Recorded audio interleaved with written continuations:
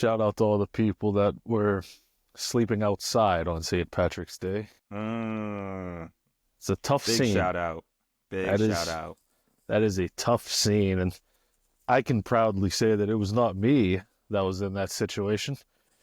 Uh, Smitty, I think before you continue, I can confirm that it was not me as well on this weekend. yeah, I thought it was going to be the guy in Chicago that had the rough time, but it was the guy in Pittsburgh again. That they just there's something about that place that gets them, man. It just Which gets them. one do you think it was? Do you think it was TC, Carson, the Flats? I mean, Which one did it? Which one did it? the only one that it's an acceptable explanation would be the flats, Mm. because then you can just say you have been poisoned. Yeah. Any other place, you have no excuse to sleep outside. We just gotta think about our friend though. Do you think it was the Flats? Do we actually think it was the Flats? No, definitely was No. not, which is No. why it's bad. Could have been McFadden's. It's a hot place Uh, during the summertime, and especially during the spring. When the weather starts getting warm, people start acting up, and that is why St. Patrick's Day should probably be pushed forward a month, where the weather is still cold and no one I wants to don't go know. outside. I don't know. This holiday, we've seen this holiday cause damage time and time again. I thought this was supposed to be the lucky one. I've only Yeah, seen unluckiness and just I've pain seen and I've seen ruined friendships, ruined I friendships, ruined relationships, relationships. but the biggest one is I've seen so much dignity lost on that specific day.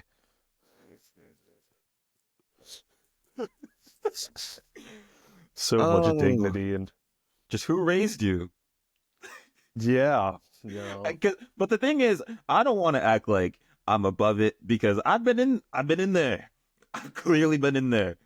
yeah. But But the at good some news point, is, no matter what you did on St. Patrick's Day, there was always someone that did something yeah, that was a worse decision. So it you was think kind of just a free go at it. you're just waking up either midday or the day after, and it's like, wow, I had a stinker. But then you would go downstairs and realize how many people had a worse day. Yeah, I can't speak too much. The last time I was down there for St. Patrick's Day wasn't good. It was not good. No Saint or Patrick.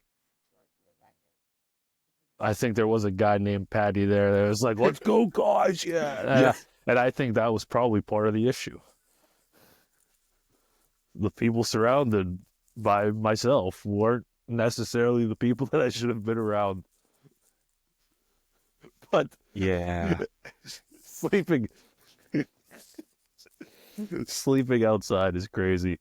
But eating six slices of deep dish pizza is quite the anomaly. I mean, I Uh, don't know how that's even possible. yeah, no, I feel like he did it all in one sitting as well. Like this wasn't a space out the two, and two. Because if he's telling me there's an English breakfast in the morning, and he said a full English breakfast. So he was at the pub bright and early, having his beans and toast, having whatever is included in a full English breakfast. Yeah, I don't even know. Yeah, One sausage. bro. They're still using the sausage from Mucky's story of the week when the player got traded. But Yeah, full yeah, English breakfast and then going outside and realizing nobody else is outside is another tough look. Tough look. with no money. Yeah, without a credit card because you lost your card. Yeah, I think the final message that he left was, "It's a bad day to be a toilet." So Well, it's a bad day to be a human too if you were him. I mean, yeah, we had a stinker this weekend. It looks like I can't even lie. if you think, looking back at college, do you think there are more people that make regrettable decisions on Halloween or St. Patrick's Day? Because I really think it's probably closer than we expect. I think a lot of people think Halloween's like the one night that it's like it just gets out of hand, but St. Patrick's Day has to be pretty close. So with Halloween, they tend to make it a hollow weekend and like a multi-day affair, which is like three different costumes for three different types of behavior. And I think that's why it just gets so chaotic. St. Patrick's Day, like, I know a lot of it is like a Saturday. For college, did we even do like was Thursdays even popping like that? Like, No, St. Patrick's Day is a 14-hour endeavor, and then it's it. yeah, yeah. That's but 14 It's hours is a it's long yeah. time. It's a long day. It's a long day, bro. It's a long day. It is a long day. And It's I, probably close. It's probably close. the good news is none of our guys or friends or anyone we associated with ever fell off a roof and had the roof collapse on top of them. And I thought they died. I mean, they're probably lucky they didn't, to be Yeah, fair. that I think the report was saying the worst injury was a fractured leg. Like there were too many people on that roof. There were too many people on that roof. For anyone who wants to know, just look up roof collapse Pittsburgh. You'll know what we're talking about, but insane.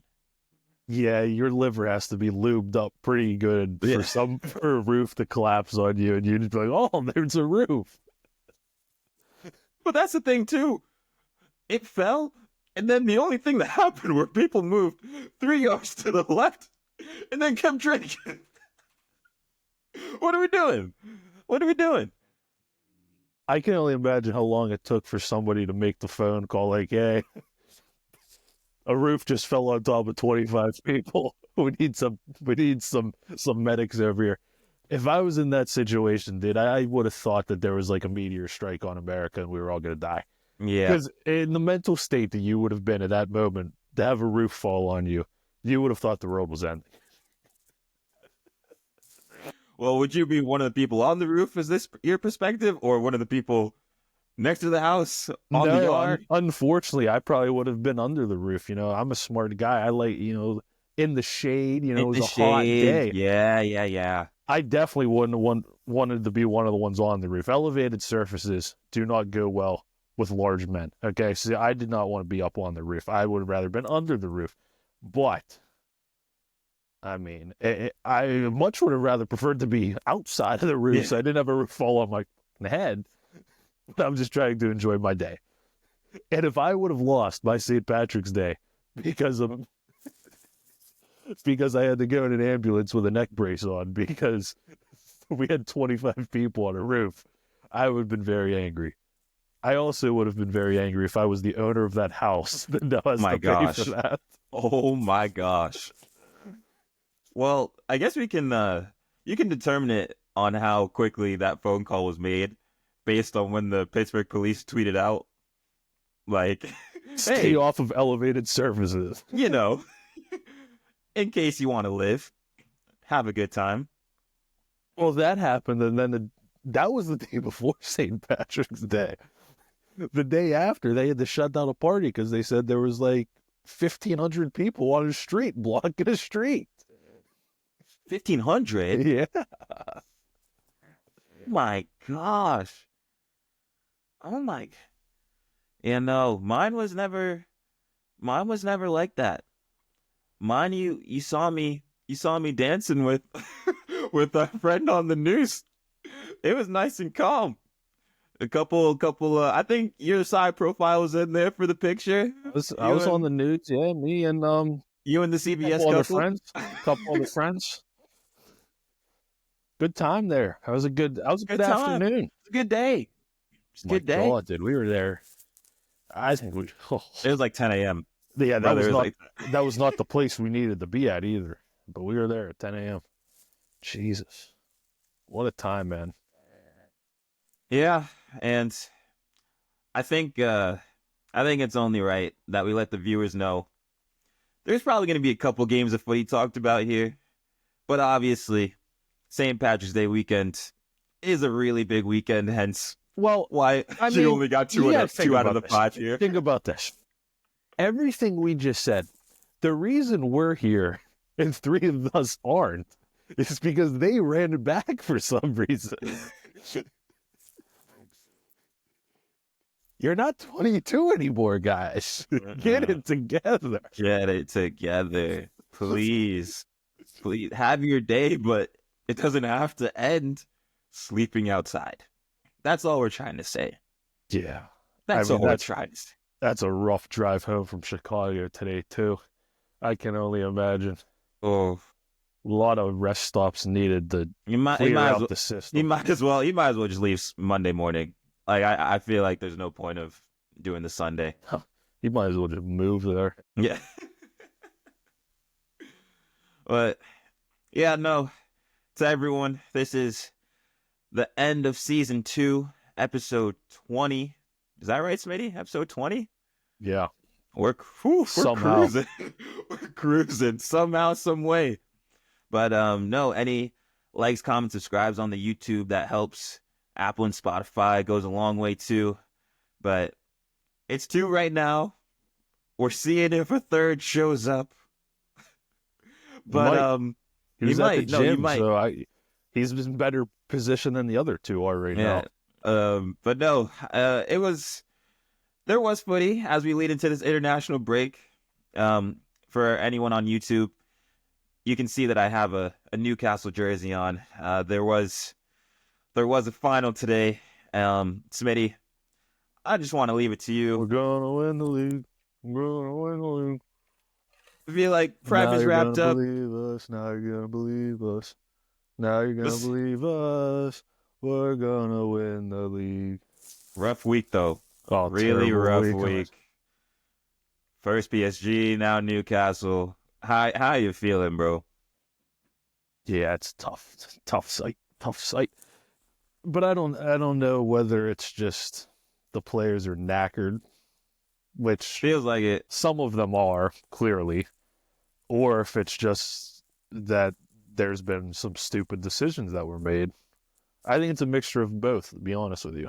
Mm-hmm. Like, we watched Jota and Diaz in the first leg versus PSG stink it up. And then we watched Jota and Diaz in the second leg against PSG stink it up. And then today we watched Jota and Diaz stink it up again. Now, maybe there aren't any other options. And yes, Gakpo's not fit, whatever. So let's throw him out of the equation. Nunez, again, it's like, this guy. What does this guy do? You know, I said it about Hoyland the other day, but honestly, I'm not doing it anymore. I'm not getting sucked into the trap of he plays bad for 7 games, but then he scores in the 85th minute and we all celebrate him. I'm not doing it anymore. I can't. It's not good for your mental health to keep doing it. You just can't do it. Jota looks like he can't move anymore. Like, does he look like he can move? No, I think it's just all the FIFA that he was playing. Like, I feel like he just doesn't step outside and go for walks anymore. It's looking stiff out there. So the fact that Chiesa, who hasn't played, I think he's played less than 40 minutes in the past, 8 months, can come in and have a better 16-minute cameo than all the attackers is embarrassing. It's just embarrassing. Yeah. I think it feels like the Jota and Nottingham Forest, maybe they swapped just abilities and everything. Because that Jota scored this weekend. He's flying. I don't know what's going on with yours. I mean, he's done. He's just done. Somebody tweeted, I don't even know if we could sell him. I don't know if anyone would even want him at this point. Because if you watched him play over the last 3 months, you'd be like, this guy is doing nothing. Absolutely I don't think we've seen him nothing. Play the last 3 months. I think it's only been the last 2 weeks. Well, that's part of the problem too. He could just retire at this point, honestly. And then Diaz, Diaz is just one of the most frustrating players you'll find. Because there's just so much ability, but you have no idea on any given day whether he's going to showcase any ability or not. And today was just one of those days where he just got the ball and you were just like, oh, no idea what's going to happen here, but it's probably not going to be productive. Today wasn't the day. I mean, if you get a vintage Kieran Trippier performance, but I feel like it's not more on Trippier. It's more on like you just not executing. With all due respect to Kieran Trippier. Yeah. So, like we said 3 days ago, they're going to win the league, but there's a lot to work on. And there's a lot of players that aren't good enough. Now, Are they going to fix those solutions? Who the hell knows? But they're going to have to, because the opportunity's there. Like, the opportunity to go again is there. But you got to get it right. And I don't know how much faith I have in them getting the transfer window right. How many pieces would you say you need to bring in to get this right this summer?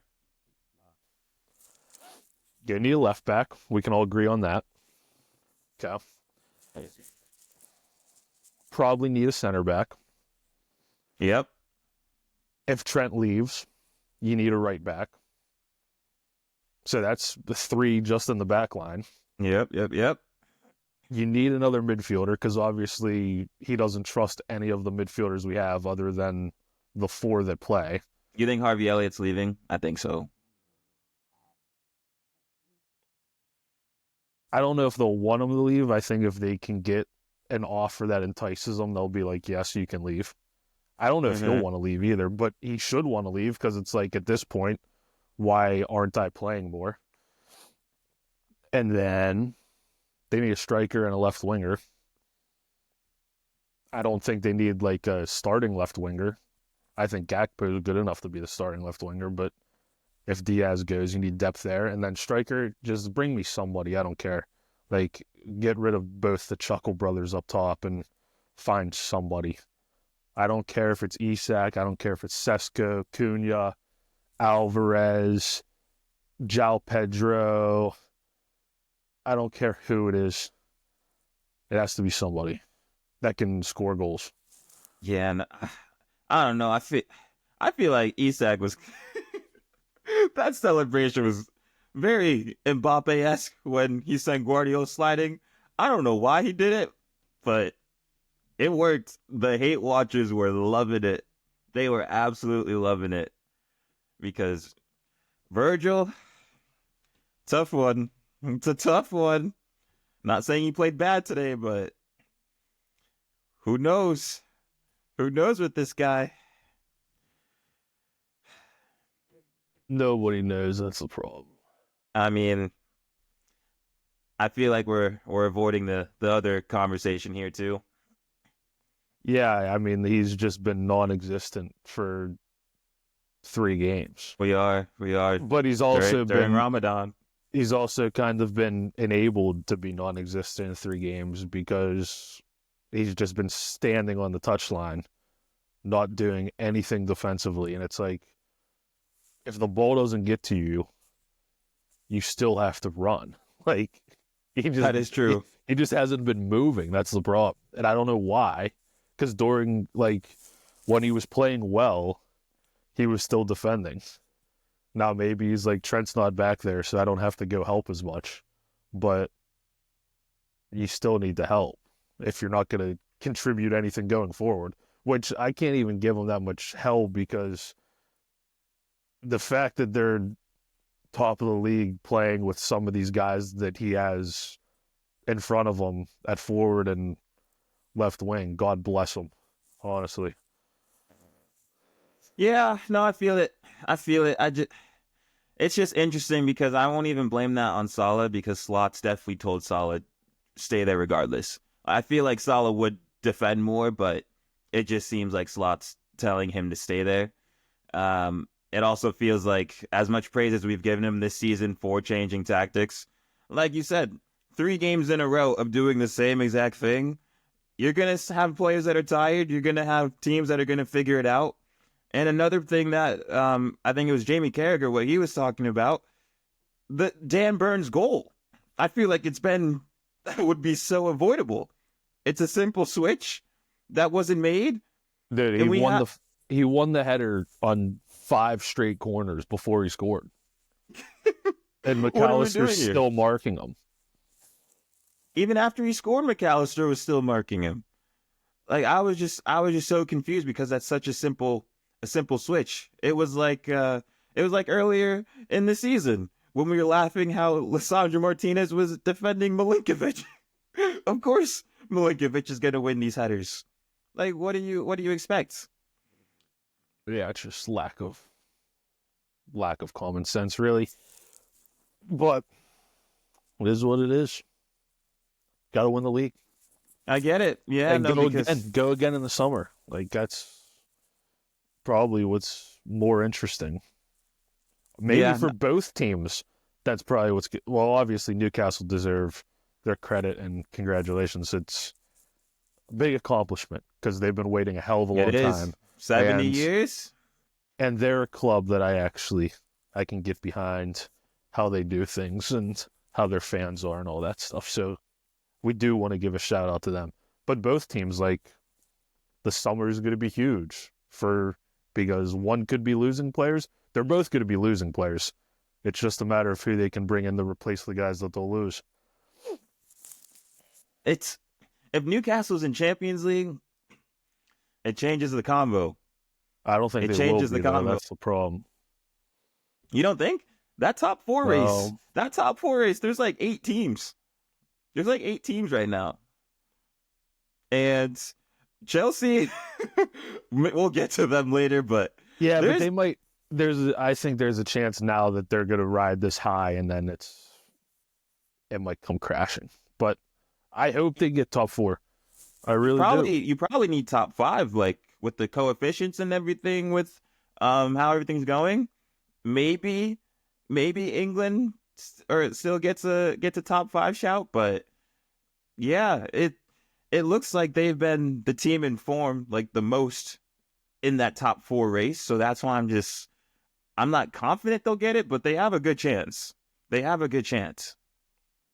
Well, I mean, if City and Chelsea keep stinking it up, yeah, they do have a chance. Yeah. Which it appears that they are, because, I mean,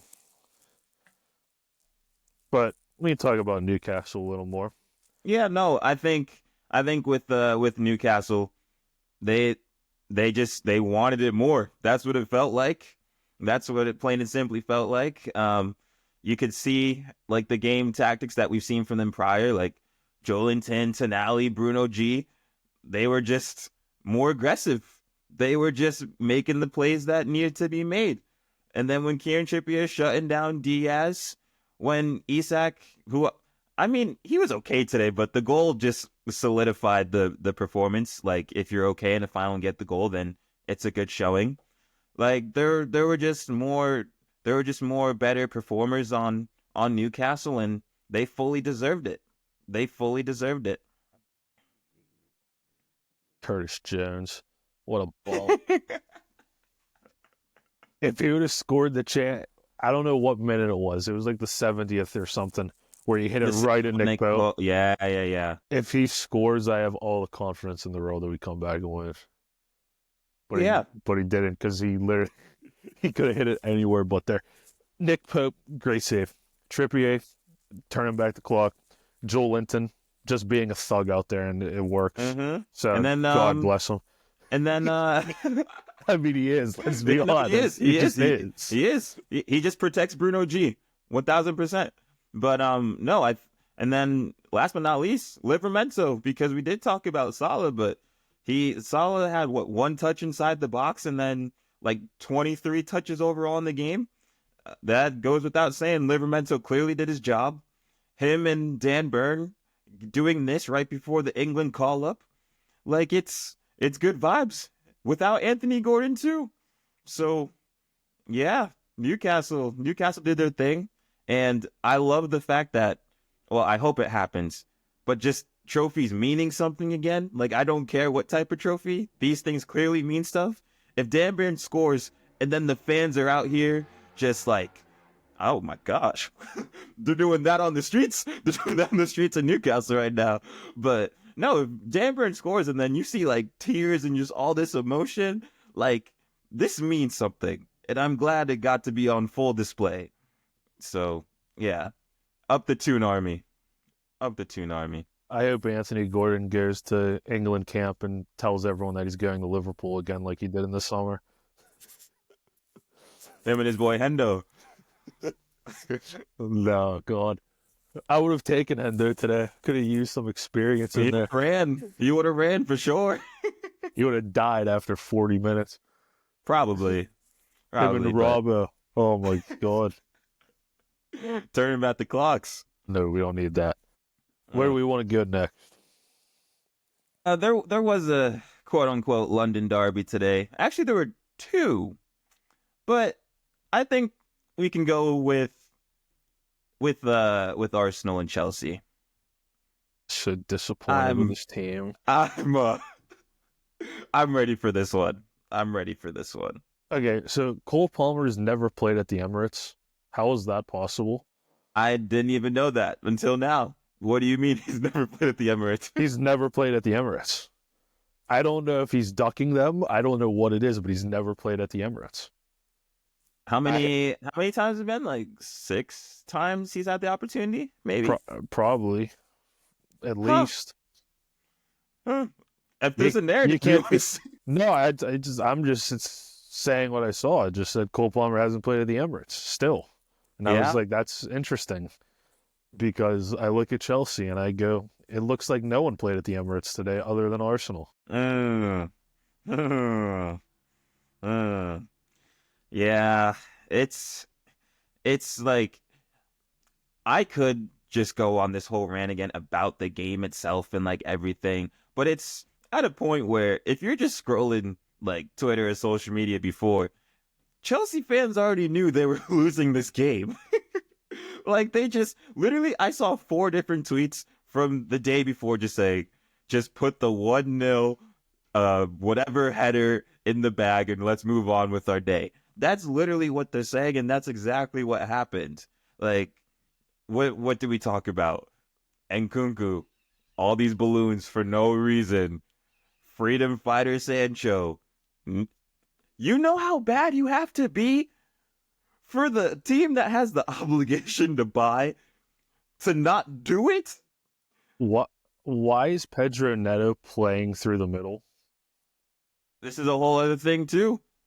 $2 billion and Pedro Neto has to be the backup 9. Is Nkunku not like a false 9 and a 10?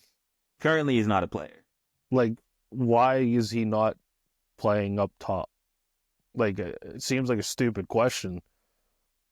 But do you have any reason why he would not be playing up top when, I mean, let's be honest, Pedro Neto is an electric winger. Well, with my critique of Nkunku that I've had this season, I mentioned how he loves to drop back and actually not play the 9. He tries to play like holding mid, left mid, all this stuff. So maybe Maresca's like, if you want to just drop in there, just stay over there. Honestly, just stay over there. But like in theory, yours makes sense. And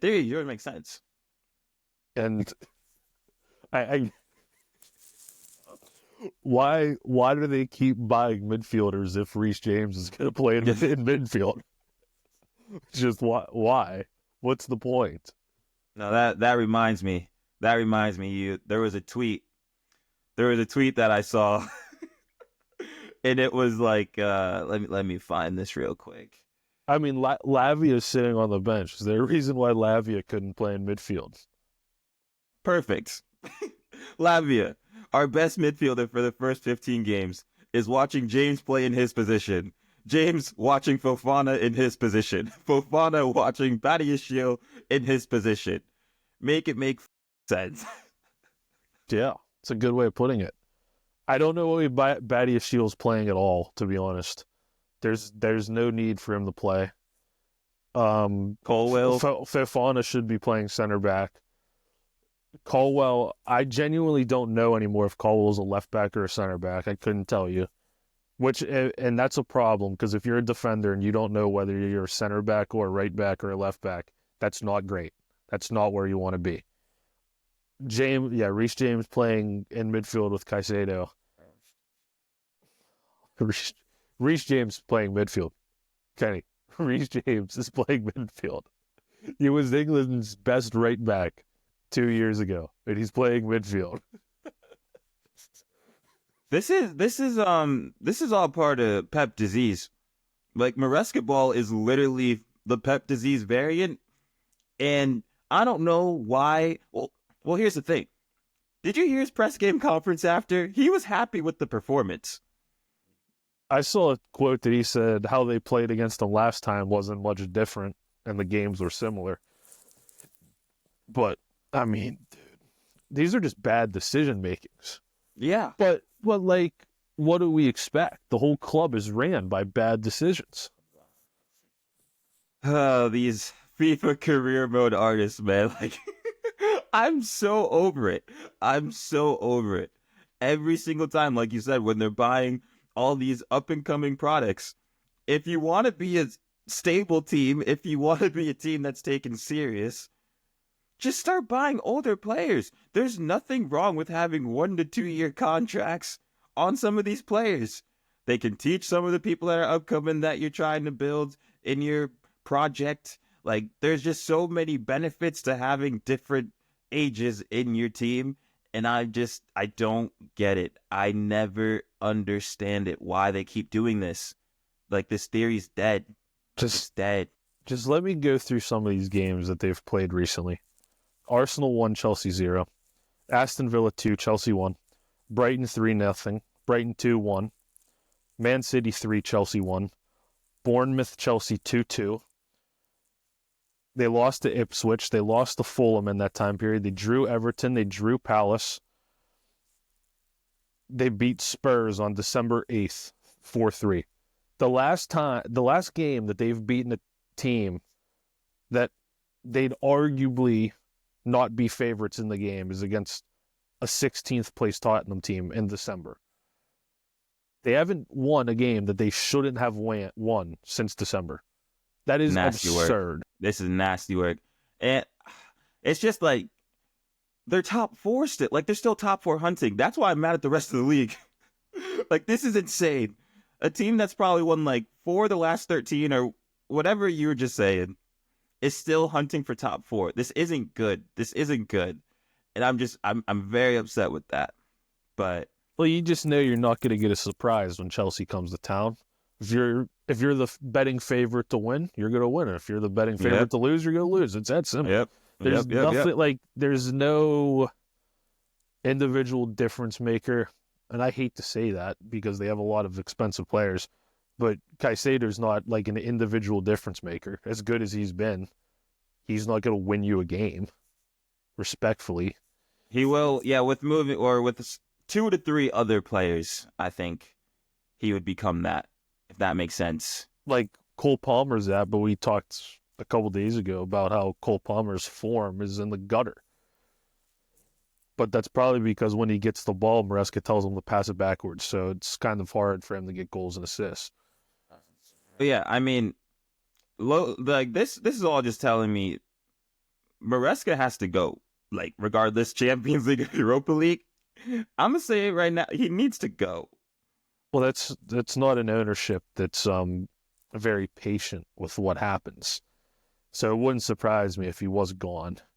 If they didn't get top 4 and getting Champions League football and sacking your manager is harsh. But it's the question of, like, is he good enough to get you where you want to be? Like, maybe he's a good manager for, like, he'd probably be a good manager for what Spurs need right now. But I don't know if he's a manager for a team that's eventually trying to win the league. Yeah, probably not. I just know that this style of footy, like, I'm all for just the transition of just playing with some freedom, just playing back to like that old school style. Like, this robotic, you have to play out the back. You got to go right. You got to go more right. You got to go inside. It's ending. It's ending. And if he's not willing to adapt, as some other managers are in the same exact position, you're going to just see these results time and time again. Like, all these results are telling you is times are changing within footy, and if you don't get with the change, it's time. It's time. Like, you're just gonna get left behind. Press high, man to man, make the other team kick it long, and then we go. Yeah, like, And that's what's worked for teams that have done well. exactly, exactly. I mean, Chelsea, will they figure it out? Probably not. Yeah, I don't think so. I mean, it's a But serious. I mean, there's 9 games to go. I don't know if they're going to hold on for top 4 or not. I mean, do they? If you're looking at their schedule right now, like, is there any big games there? Going forward, Chelsea have Spurs next. So I don't know. God only knows where you're going to get there. Brentford, Ipswich, Fulham, Everton, Liverpool, Newcastle, United, Forest. Yeah, they could be in trouble. Yeah. Forest, United, Newcastle, Liverpool, Everton. Those are tough. At Fulham's tough. Ipswich at home and Brentford are probably the ones that you'd back them to win guaranteed. But the other ones, dude, that's not great. Yep. Not great. Not great. I think it's only right, though, that I do give some credit to Arsenal today. They played with some freedom in the first half. It was actually like, you know what? When there's no pressure, and I feel like Arteta probably had less tactics, it didn't look terrible in the first half. I wasn't put to sleep. Like, they were just trying some things. Odegaard just seemed to play more freely. Interesting how there's less pressure and he's playing more freely. I'm just saying. But no, everything else with that first half, like Marino with the header, you set piece again, away. Like, we just knew something was bound to happen, and they did have Chelsea in a chokehold that whole first half, so that goal was deserved. I just hope they don't rush Saka back and get any false hope of anything. Just no, because I think it'd be a terrible decision if they did, to be honest with you. Long term, though, right? Yeah, because there's just no good decision. There's nothing good that will happen if you rush him back at all. There's no need. Let him rest, let him heal up, and go again. Hey, I understand. To any Arsenal fans listening, take that commentary from a Liverpool fan as you will. Do you think they should rush him back? Personally, no, not at all. Not in the slightest. That's my point. So don't get any false hope that you're going to win the Champions League or win the league and rush them back and then do another year-long injury because you wanted to be stupid. That's me giving genuine advice, not me being a Liverpool fan. It's not worth it. I get it. And just to wrap up, like, I know people or not people, but you did see Chelsea had a bit more possession in the second half, but it just didn't matter because Arsenal already got their goal and they knew Chelsea wasn't going to break them down. So, what was it? One chance created. So, like, this was just hilarious. It was hilarious footy. Like, you got Pedro Neto playing striker. You don't got to worry about conceding goals. Yeah, the only funny thing that I want to call out too is I don't know what Robert Sanchez, like, that curse that he put on David Raya, because you saw that Raya mistake. If that went in, I was definitely gonna blame Sanchez for it, because no way he went to the Emirates and just cursed the whole entire field. Robert Sanchez is the best goalkeeper in the world at giving up goals that most goalkeepers don't give up.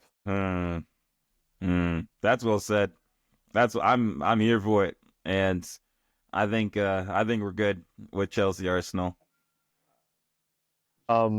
If Spurs go Right. out, if they go out of the Europa League to Frankfurt, and they finish, let's say, in the bottom 12, does he get sacked? So this is quarterfinals of Europa League, right? Yes, I believe so. They literally have to win the Europa League. They simply have to win the Europa League. Could you imagine what quarterfinals in 12th for Spurs? No. No, I know we love clowning on Spurs for just trying to finesse their way into the Big Six all the time. But come on, like that standard can't be 12th in a Europa League semifinal. I mean, I might back Frankfurt to beat them, to be honest with you. Is that with the Etikite guy? Yeah. Oh no. Oh no. He might cause some trouble. He might He cause some trouble. he's another one that could be playing in the Prem somewhere next season, potentially. I'm if he keeps it up. If he keeps it up, I mean, You it's know what though? I think there's a chance that a lot of teams in the Prem stop buying players from other leagues because you there's just think? been a lot of them that don't work out. I don't know. I feel like it would be tough for like the Prem to just eventually stop doing that. No, Like they just I do not want another guy from Benfica playing striker for Liverpool. no. I do not want it. I do not want it. I'm sorry. I just don't want it. I don't want it. I do not want a winger from Porto. I do not want it. Please no. I mean, I hear it, but I guess we can to go back just to the Spurs game a little bit. It was really funny because throughout the entire game, it just seemed like a whole lot of nothing. As our Spurs correspondent Gio was talking about in his TikTok, it was a whole lot of nothing, and it's just two mistakes that Tottenham make that lead to these Fulham goals. Like the first one, Odebear, like I get it, this is new to you, like you were at Burnley last year or whatever. You can't dribble out the back in the 75th minute. It's just something that won't work for you. It won't work for anyone. And it was a lovely finish for the first one. Like, or actually both finishes were good, but come on, Spurs. Like these are just basic decisions that you shouldn't be making. Bentancur, Gray, and Basuma. Let's go, baby. Madison, Bergwall both played off the bench. Now The this is a different situation. Ange, rush those guys back, please. I don't care if they're no, they need to play. I don't Bentancur. I do not want to see Bentancur. Please, no, we don't need it. We don't need it. wasn't it Madison came on for a defender? And then like Archie Gray moved back to center back. I'm pretty sure that's what happened. The sad thing is, it's good. Archie Gray's finally playing in midfield where he should be playing, and yeah, they just, dude, it's just a mess. It's an absolute mess. And there's, like I said, there's no end in sight. They're like United. There is no light at the end of the tunnel. Well, it's like this is a coach again, like Maresca, who won't change his ways. Like you need to. Like these are decisions that are going to impact your job. Like it's okay to just upgrade your tactics to fit into what's trending right now. Like that's not leaving your principles. That's not really changing your system. Just Ange just keeps trying to be so stubborn, and we don't like. I just don't know why. I don't know why. Because he knows he's going to get a job when he gets sacked. He doesn't care. Uh, And uh, that's the thing. That's part of the thing that's annoying. Because for Ange to work, he needs good players. Like, I genuinely think he's going to need good players. The problem is the teams that are better than Spurs don't want Ange. Like, no, yeah, and it's also just the players he needs need to be on whatever like fitness plan Anthony Robinson is. You need like 11 of those to keep up with an Ange system. We haven't seen Van de Ven actually be Van de Ven in over a year. Like we he's on the like bench today. He was on I the under bench today. that's great for him. I'm glad he's somewhat coming back, but Dude, he's only he's played 10 games in the Prem this year. like this is crazy. This is crazy. One of it, he could be like a center back that's like not a generational talent, but he could be one of those for the upcoming crop of players right now. But he can't run because Ange has already ran him to the ground. Yeah, but they I'm got a, Dragusin. He's hurt too. I mean, he's a good center back. He's a good mm, option back there. Dragusin is going to get dragged off the roster, and he's going to go somewhere in Romania and to never be talked about again. How about Danso? How about Danso? He's a good player as well. He, to be honest, I don't even mind him. I actually don't even mind him, but it's it's uh it's not looking great, to say the Well, that's least. why it's frustrating because if you look at their team, like if you strictly look at their players that they have, I personally think Spurs have better players than United have. 1000%. But it seems like United are probably going to be going in a better direction than Spurs, which is sad. Because, I mean, I know Spurs has some problems with the owners and stuff like that, but there's no way Spurs are ran more poorly than United are. What it's looking like, though, I don't know. I don't know. The battle of the bottom is kind of crazy. It's kind of crazy. Sack Ange and hire Areola. I think Areola Ariel probably wants to take wouldn't that want the step down. I job. mean, oh man, yeah, no, that's all I got for Fulham Spurs. Like Fulham did exactly what they needed to do. They're 4 points off from top four. Like if Fulham's in a Champions League race, this is such a weird season. But another shout out to Anthony Robinson. 93rd minute, he's just marauding up the field, going by players left and right. Just a fitness plan that I think he should share so more people can follow his footsteps. But It's good yeah, old American grit right there. hey, we love a fitness. That's up here. That's not his body. That's just his mind that's that's that's pushing the him on. St. Patrick's dog in you when you're on your third darty and you just need to keep going. I wonder if I wonder if Anthony Robinson is retired from drinking holidays like our dear friend is. Mm, mm. Um, what did we learn from City and Brighton? What I learned is that Mm-hmm. Stefan Ortega is not a good goalkeeper, just like Ederson is not a good goalkeeper. Did you see the Matoma one where like they disallowed the goal, but they really shouldn't have because Ortega literally got bumped the slightest, and he was like, "Oh, I got bumped. Let me just throw the ball in the goal," and they called it in his favor. But The that free was the free kick. you just knew I that was going in. I did, but You did. when did we start getting to the point where goalkeepers keep getting beaten on the free kick on the side that the wall is not on? Like if somebody hits Yeah. it over the wall and they score, you say good job. If someone hits it on the opposite side of the wall and they score, it's just bad goalkeeping. Yeah. Yeah. It's really funny because low key, this has just been another toxic situation that Pep's had to deal with this year. Because I'm still convinced that like Ederson and him had a fight earlier in the year, and now it's like both goalkeepers are just equally bad at different things. So who do you pick?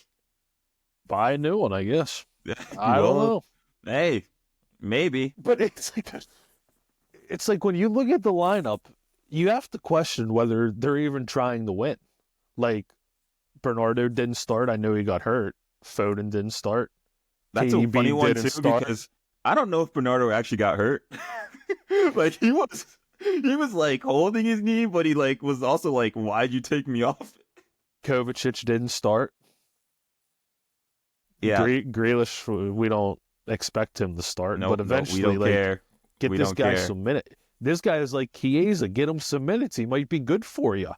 What do they have? What does Pep have to lose? You might as well play Grealish. What's the Man, difference? Grealish was at the Darty. Grealish was next to the roof. Do you think Grealish could? Do you think he could? I don't know if he could. Could he turn his career around? Actually, I think so. Just I not think at so. City, Just not at City. at Villa. Not at Villa. Not at Villa.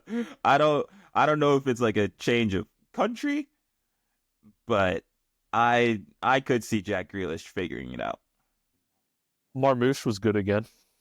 He's their only hope. It's a good player.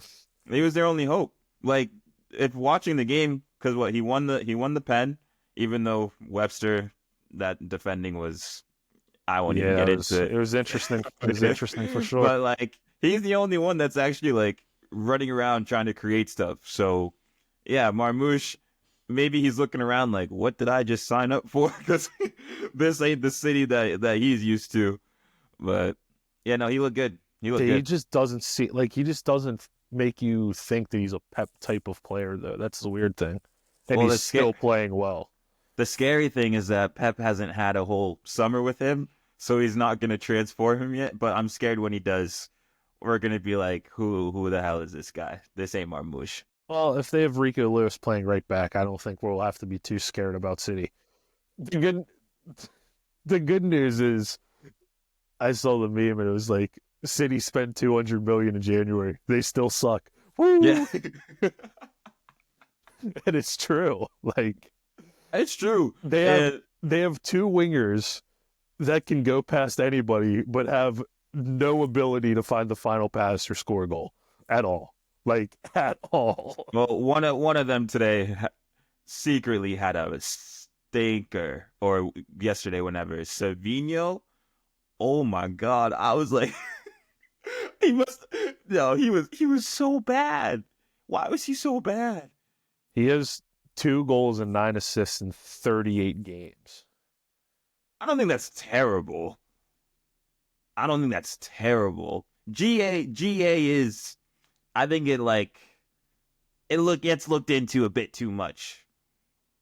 11 GA, I think it does. I think it depends on your situation. If Savinho was playing for Spurs, I'd be like, okay. But he literally has Haaland playing right next to him. Just get in the box and put it in an area where he can go get it. It'll score.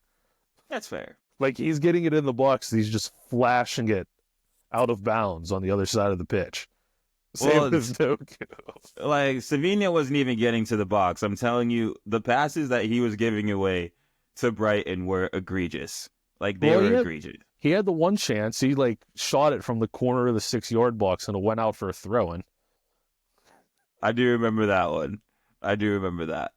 Gundogan, he turned back the clock a little bit. He was actually pretty good in this game, I thought. And I think that's the problem right there. Yeah, we're searching. We're reaching. Nico Gonzalez wasn't great. The mini Rodri, as Pep calls him. Yeah, that's mini analogy. That's terrible analogy. That's a mini mistake, but I do think more credit does go to Brighton to just go to the Etihad and be like, you know what? We know how we play. We're playing better than you at the moment. We're just going to show you. And I know everyone talks about Baleba, but that person next to him, that Diego Gomez or whatever, he's from Inter Miami. He's good. He is a good player, and I thought he was better in the first half, and then Baleba was better in the second half. But it was a nice little, Brighton probably should have won the game, if we're gonna be honest. Yeah.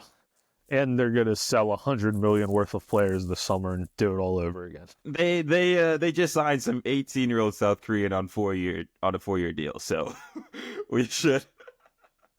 we'll be seeing him soon. I reckon Baleba's probably gone, huh? It just depends where, Chelsea. He's a DM. Yep. Lavia, Baleba, Caicedo. And the other guy they just signed from Sporting. Oh, right. The 22-year-old that no one's ever heard of, but yeah. I love Brighton. Good side. Another team fighting for top 4? And I don't know if they're going to have enough in the end. We'll see. I just don't know if they're going to have enough goals. That's the problem. Yeah, no, I hear it. But honestly, this season has showed that anyone could just sneak into these spots. So, well, I mean, there's 4 points separating Chelsea and Bournemouth, who are in 10th. So it's going to be a wild, wild finish. Yeah.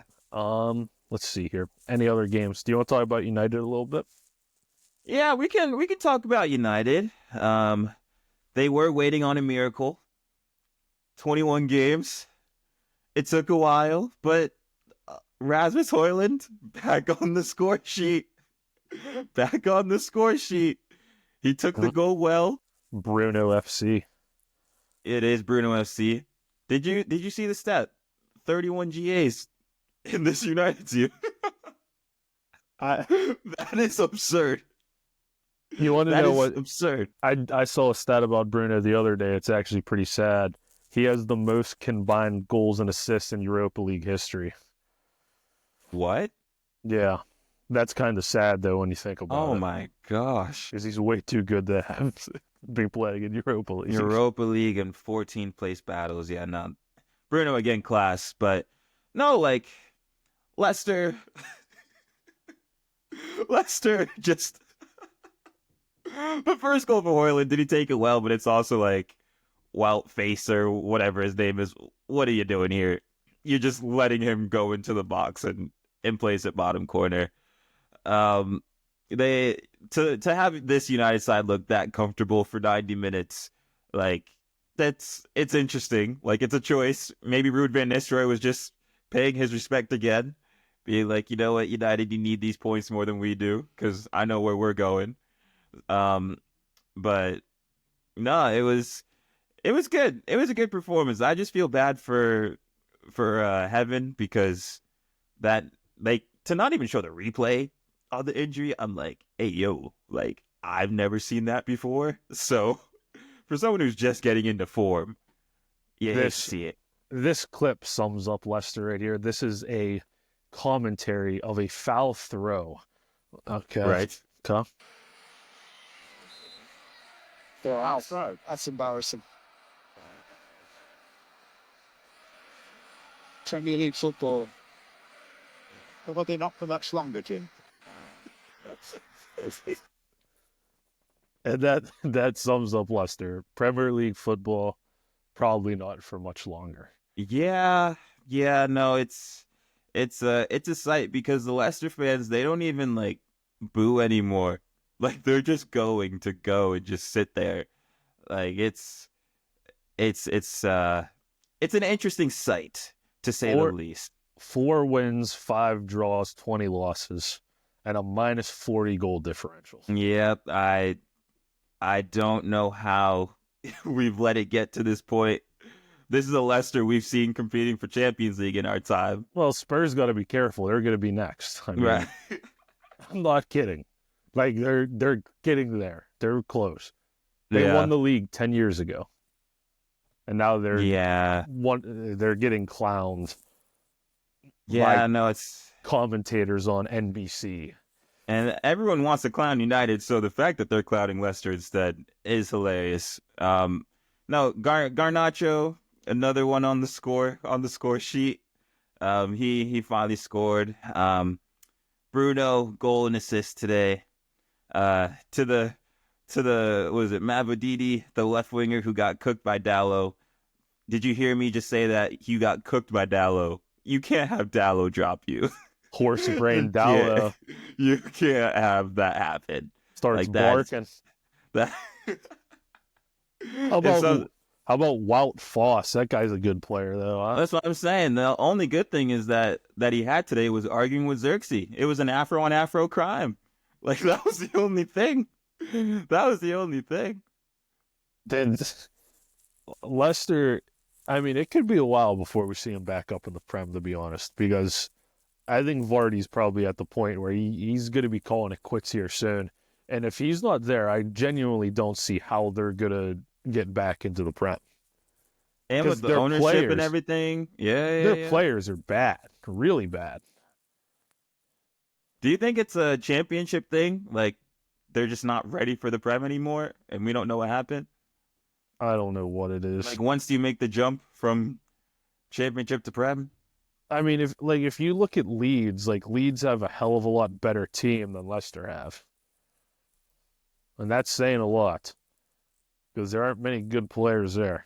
Yeah. Shout out Brendan Aronson holding it down for the Americans. Yeah. He ain't leaving.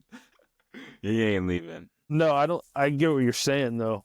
I think that overall, the league's probably more competitive than it's maybe ever been in our lifetime. But the bottom three have probably never been so off in terms of quality compared to the rest of the Prem. Yeah, that's what I'm saying. Go ahead. Like the teams that are coming up, I think coming up and staying up now is probably harder than it's ever been because the difference in budget and the difference in players, it's just impossible because it's not like I don't know how it used to be, but I assume like when you won the championship, you probably got a pretty good pot full of cash to spend, and that's how you kept staying up. But now I feel like everyone just has so much money that the difference in money is probably what drives it more than anything.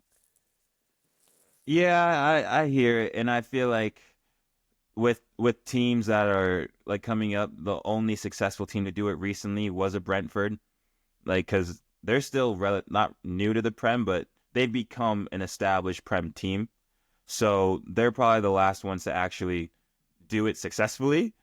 But yeah, it's a struggle at the bottom, and I don't know how to fix it. I don't know how to make it more competitive, but yeah, United comfortable, 3-0, sitting in 13th, I think. 13th. Nice little run of form. Sandwiched between Palace and Spurs. Yeah, absolute thriller below 10th place. So, congrats on the 3 points, United. Congrats. If you had to bet who's going to finish lower, Spurs or United, who would you bet? Spurs. 1,000%. Like, this one I'm pretty confident in. Spurs is in shambles. Do you think United can get into the... no, I can't say top 10 because they're 7 points away from that. Let's say, can United get to 11th? They're 4 points behind Brentford. They could probably get to 11th. Like, it's going to be one of those weird ones where Brentford's been, like, the better side on the whole year, but right at the end, United will catch, like, a couple wins, Brentford will catch a couple losses, and go from there. Some quick fire hits. Brentford beat Bournemouth. They had no business doing that. They had no business doing that. The quick thing here is Brentford has this whole, like, they have this whole streak of winning at home earlier this season, but now all of a sudden they're only winning away. It's just a Brentford thing. I have no clue why, but yeah, Brentford 3 points. Gonna have to start the discussion of Areola potentially being a top 5 manager in the league. Eventually, we'll have that talk. Wolves, congratulations again, Southampton. Nobody cares. Season. Nobody cares. Like it's Strand Larson double. Strand Larson and Bellegarde. Oh. Forest. I mean, you would have expected them to win. I wouldn't have expected them to concede twice to Ipswich, but it was 4. What was it? It was 3-0 at the time. So who cares? Doesn't matter. It's like it's like this is supposed to be like a relegation battle in theory. So like Nottingham Forest is gonna have their like relegation tendencies. Like you just can't win comfortably 3-0. You gotta let them get a couple, see what's going on. The funniest part about that game is Ipswich had 56% possession. How many games do you think Ipswich has played this year where they've had the majority of the ball? Probably more than half. They are really? No, I feel like they at home. It's a weird place at home. So I don't know. Forest are literally averaging 39% possession this season, and they're going to get top 4. That's how you're supposed to do it. That is unbelievable. And shout out to Ola Aina for that interview. That stuff was fire. What he was talking about, I love that. When he said about he was breaking down all 3 teams. Yeah. Yeah, that was tough. Everton won and West Ham won. David Moyes get back. Absolute mid-off there. You were impressed by Bowen, and so was our West Ham correspondent. Jared Bowen this season has quietly gone as one of the best like wingers or attackers in the league. Like he's been so good, and every time you need a moment of brilliance from that West Ham team, it comes from him. I know, like, to the aesthetic eye, we love seeing Kudus, but at the end of the day, if you need to get something done, Jared Bowen's your guy. And for the viewers out there, let me know how much you think he's worth. I still am curious on what that value number could be, but yeah, West Ham unlucky to not get 3 on that day. 60 million. 60? Might be more. I'll give you a number right now. Give me a second. I would pay 60 for him if I was buying him, but If I saw 70, I wouldn't even be mad. Somewhere in that ballpark, I guess. transfer market says 45 million euros, so I don't know what that means. That might be 60. 45 euros, $2. I think it's right around 60. It's right around 60. It says 49.95 United States dollars. 50. I could see 50 million. I would sell him for 60. That was the last game. Anything else here? Interesting. Anything else? The only final call out here as we wrap up season 2. I don't know if you noticed some of the tricks the Premier League integrated into some of their games this weekend and the Carabao Cup final. For Chiesa's goal, there was an announcement from VAR. That was peculiar. Any thoughts on that? Chiesa didn't even know he scored. He only heard goal at the end. He's like, "Oh, I scored!" I'm wondering if he doesn't know any English at all, and that's Definitely why he's not playing. Because that would actually make sense. He did look confused. He was the last one to find out. But why did it take so long for them to check it? Like, this is my problem. It's great. Have the referee announce it. That's a good way of getting people to throw bottles on the field and trying to go after the ref. I mean, it's a terrible idea. This isn't the NFL. You don't need to do it. I'm just saying, that American influence, they're trying it. Because, actually, any final thoughts on that before I bring up the second one? Yeah, about the American influence, I want to ask you this. Who do you think is going to perform the World Cup halftime show? Ooh. Because I think I know you might not agree with this, but I really think Drake's going to do it. Because I saw a video of him and the FIFA president doing an interview, and I was like, you know what? This is his ultimate get back. Saying, you did the Super Bowl, I'm doing the World Cup. I saw that, and then I saw what's his name, Infantino, talking about, like, he made a joke about, like, oh, we should get Drake since Kendrick did the Super Bowl. I don't see that happening.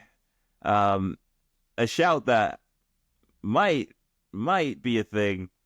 If Post Malone during this time drops a little something, I feel like everyone's on board with Posty. Everyone loves a little Posty. That's something I can see. I don't think they do like a Beyonce. So I would say if it was like in England, I could see like Dua Lipa doing it, but it's in America, so I don't know why they would have her do it. Knowing us, we'll have like Sabrina Carpenter. She'll end with like the Holland Sally. She's not American, is she? I'm trying to think. She not? I'm trying to think. I think she's English too. I'm trying to think of like people that are. I'm trying to think of people that are American that could do it. Post is good. I just said Drake because I guess Canada's having the World Cup too. Yeah, I wouldn't be surprised. But like the finals in New Jersey. That don't matter. New Jersey's a hilarious place to have a World Cup final. MetLife Stadium, man. That is hilarious. It's well known as one of the most anti-characteristic stadiums in the NFL. Yeah. It's just the soulless bowl. Yeah. No, I mean, the viewers can let us know who they think can be a good performer for the halftime show. The final piece here, Smitty, that I saw some American influence during the Bournemouth-Brentford game, they interviewed Areola during. I saw that they were doing that too. Now, if you got to listen to it. I didn't listen to it, but I saw that they were implementing that, and I laughed. I thought it was But hilarious. but I'm just like, I'm not mad at the idea, but I'm also at a point where, to people who are just getting into the game and want to try to understand, having a manager where English isn't like, it's not terrible, but it's not like native or fluent or sounding like that, it's gonna be tough The, to the do that. best thing about the Prem is that it's 45 minutes, no commercials, halftime, 45 minutes, no commercials. You don't need all the extra fluff. Like You don't. we don't like I'm telling you this as an American. You do not want to turn it into the NFL where the game takes 3.5 hours. You do not want to do it. It's terrible to watch. Not even for like our sake, for just the English people's sake. Well, like Yeah, changing at 3 hours. like imagine trying to interview Jose Mourinho at halftime. Like there's so many interviews that are just going to be completely useless. Like there's going to be no purpose to them. They just don't want to talk to you anyways. Like No. they Why don't would do you? that. Yeah, Why I don't would blame you? them. I don't blame them. I don't even want to hear from them. I just want to see what they did. Like I just want to see the change. The rule I saw for next year also was if the goalkeeper holds it for more than 8 seconds, it's a corner kick. I love that. heard about that. That's class. That one's a good one.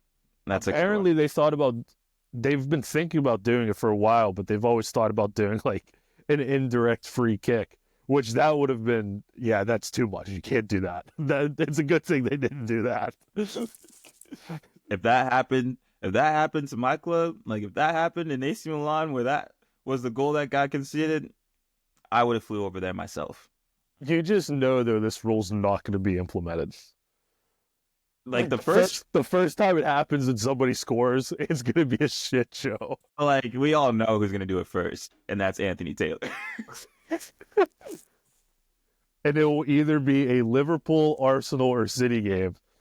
And one of those three teams will concede to like Nottingham Forest, and there will be so much blowback from it. And then Simon Hooper's gonna be VAR.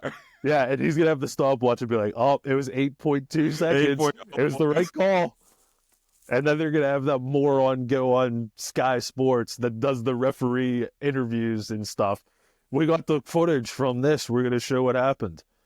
It's like, why are you doing? We don't need the VAR footage. It is what it is. You release it 3 months later. It's like, this is what happened when City played Liverpool and when Arne Slot called Simon Hooper an asshole. And this is why he got a red card. It's like, we don't need to know this 4 months later. It's just useless. But yeah, no, I think that's a perfect way to wrap up season 2. International break coming up. Any call outs? Another season in the books? We're still moving along, keeping it pushing. I think we're all excited for the U.S. national team international break. See what we got here with Poch, and keep building up for the World Cup. It should be a good international break, even though we got to stop with the international breaks. Honestly, just get rid of them. Honestly, yeah. Nah, I hear it. But like, why? Like, genuinely, I know we want to wrap this up. But is there a reason why we can't just shorten the season and get rid of the international breaks, and then the season will end, and then the players can have a month off, and then they can go to like international training camp for a month and play their games and do what they got to do, rather than going a week and a half to America and playing. So would it be like a week or two of training together and then the games? Yeah, and just play like 3 international games in a week and a half, and it's done. They need us on the board. That's all I've learned. They don't want that. They don't want us on the board, but they need us on the board. They don't want anyone that cares about the game to be on the board. Same with every other sport. The corporations and the money runs the sport. The fans get left behind. And that's how you keep everyone tuned and watching. Because it's all, at the end of the day, this is all that matters. See, but it's not our fans that are left behind. To anyone who's still been on this journey, we really do appreciate it. Season 3, I'm telling you, is going to be hilarious with some of the stuff that we're gonna have planned. But thank you all for tuning in. I'm Kenny. That's Smitty. We have some St. Paddy's Day people as well, but We're gonna win the league. We're gonna win the league. Now we're you're gonna believe us. Now you're gonna gonna. believe us. But Now you're gonna believe us. they're all saying goodbye too. But this is another We're episode. gonna win the league. We'll talk to you soon. Win the league. We're gonna Peace. win the league. Now you're gonna believe us. Now you're gonna believe us. All right, we're good. Oh, we're great. We're great. Did we wrap it up? Yeah, we're good. Oh. Yeah. I already said it. You'll see it. You'll see it. You'll see it.